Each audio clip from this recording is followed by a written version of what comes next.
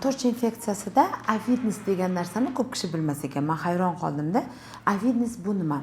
Ya'ni har qanday infeksiyada M forma bor, G forma bor. Farqi nimada?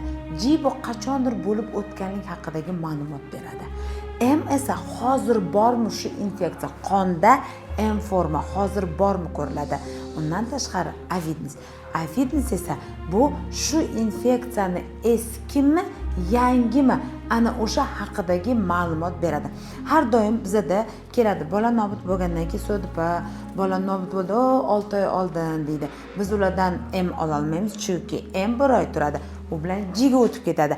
Agar G ni ko'radigan bo'lsak, G ni bu G bir umr turadigan. Ana shu joyda avidnis kerak bo'ladi. Ya'ni bu infeksiya eskimi, yangimi? O'sha uchun har doim torch infeksiya olganda PCR da ko'riladi, albatta qinda ko'rish kerak bo'ladi. Qonda M hozir bormi? G qachondir bo'lganmi? Bu infeksiya bilan to'qnashuv bo'lganmi?